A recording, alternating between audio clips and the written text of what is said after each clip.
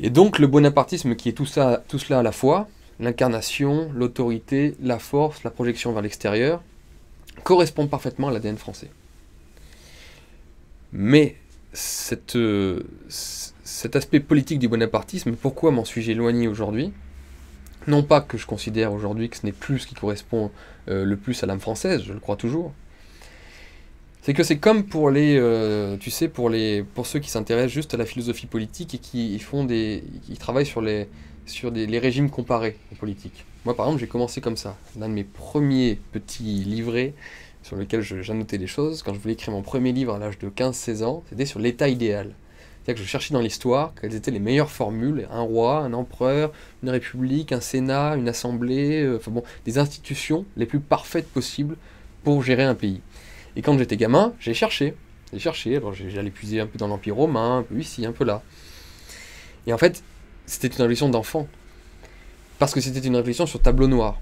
Qu'est-ce qui est parfait, qu'est-ce qui est idéal? Et ça, c'est une maladie très française. Et parmi les militants, il y en a beaucoup qui vont se reconnaître quand je te dis ça, parmi les militants, il y en a plein qui disent, parce qu'ils ont lu Maurras, par exemple, je sais pas, Enquête sur la monarchie, qui est très bien ciselé, et qui est obligé de te convaincre quand tu lis ça, ils ont lu Raspail aussi, Le roi au-delà de la mer et tout, t'as envie d'être royaliste quand tu lis ça, ou d'autres, au contraire, très républicains, qui ont lu l'histoire de la République romaine, austère, stoïcienne et forte, et qui disent, bah voilà, ça c'est le régime parfait. Et donc, ils font leur tableau dans leur tête, de manière abstraite, voilà ce qui est idéal, voilà ce qu'il faut. Et donc, pour moi, le bonapartisme, c'était ce qu'il fallait à la France.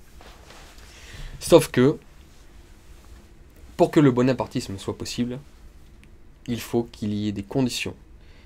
Ces conditions, c'est une jeunesse.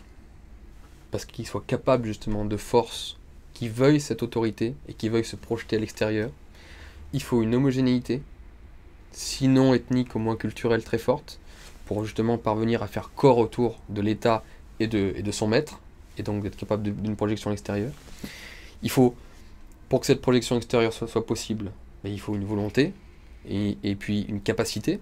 C'est-à-dire que aujourd'hui, la France, à côté de la Russie, de la Chine, des États-Unis, la France seule, je suis désolé, qu'on soit patriote ou non, la France ne sera plus capable, malheureusement, de projet de grandeur comme elle l'a connu à l'époque. C'est plus possible, elle ne pourra plus dominer le monde. Donc, il y a plein d'éléments, cette France homogène, nous ne l'avons plus, et pour longtemps. Cette France qui a envie d'aventure, on ne l'a plus parce qu'il y a trop peu de jeunes, je suis désolé. Ce n'est pas les personnes âgées et les vieux qui constituent encore une fois plus de la moitié de la population qui voudront de l'aventure, de l'héroïsme et de la gloire. Et ça n'est jamais arrivé. Ils veulent plutôt de la tranquillité, du calme et du repos. Et puis en plus, par rapport à la mondialisation, sur la capacité de la France en tant qu'État-nation à pouvoir devenir la maîtresse du monde, ce qui est le rêve bonapartiste, celui-là aussi est mort. En tout cas, plus personne n'y croit, y compris parmi les plus grands patriotes français. Donc une fois qu'on a analysé ça, on se dit le bonapartisme c'est très beau, mais est-ce que je peux me considérer moi comme bonapartiste au sens que je veux défendre le bonapartisme en France? Oui, je serai toujours inspiré par le bonapartisme. Et que si je refais de la politique demain, j'aurai toujours des codes bonapartistes qui sont au fond de moi. Mais est-ce que je dois être un militant fanatique de cette idéologie-là? Non. Dans la mesure où, comme pour tout, hein, et tu le sais bien avec moi, c'est que désormais j'essaie de penser toujours par rapport aux circonstances, par rapport au monde d'aujourd'hui et aux conditions réelles de ce monde, et non plus aux conditions idéales. Mais le bonapartisme est aussi un pragmatisme. Exactement. C'est pour ça qu'à mon avis, moi c'est ce que je dis toujours, c'est qu'on doit s'inspirer du passé, même de l'expérience royaliste, de l'expérience... Et en fait, encore une fois, je l'ai dit tout à l'heure, et je vais te dire un truc pour être très clair, et ça c'est le Nietzschéen qui parle, les idées, on s'en branle des idées. En fait, les idées sont une chose, elles permettent de créer une cohérence dans ton esprit et de savoir à peu près où tu te projettes. Mais ce qui compte, c'est pas l'idée, c'est l'énergie que tu y mets derrière, c'est la volonté que tu y mets derrière, et donc c'est l'attitude que tu as. Donc en fait, dans le bonapartisme, ce qui est intéressant, c'est l'attitude bonapartiste. Voilà. C'est quoi être un homme qui défend son pays et qui veut de l'aventure, de l'héroïsme, et projeter à la fois soi-même en tant qu'individu, mais également sa communauté et son propre monde à soi, le défendre et le projeter vers l'extérieur. Ça, c'est une attitude bonapartiste.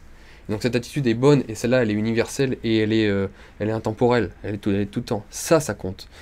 Mais l'idée bonapartiste, il faut faire une institution comme ça, un Sénat, plutôt qu'une assemblée, enfin, tu vois ce que je veux dire? Ça, Et pareil pour la monarchie, il y a une attitude royaliste, une attitude aristocratique qui m'intéresse beaucoup, qui me plaît énormément. C'est quoi être un royaliste? Le sentiment d'honneur, enfin, le sentiment de dignité, tout ça. L'attitude est importante. Et comme d'ailleurs les républicains, le sentiment de la vertu républicaine, contre la corruption et tout. Je parle des vrais républicains dans la pensée pure de la République. Voilà, les attitudes sont intéressantes. Mais les idées du coup comptent beaucoup moins. Les idées, elles évoluent par rapport aux circonstances.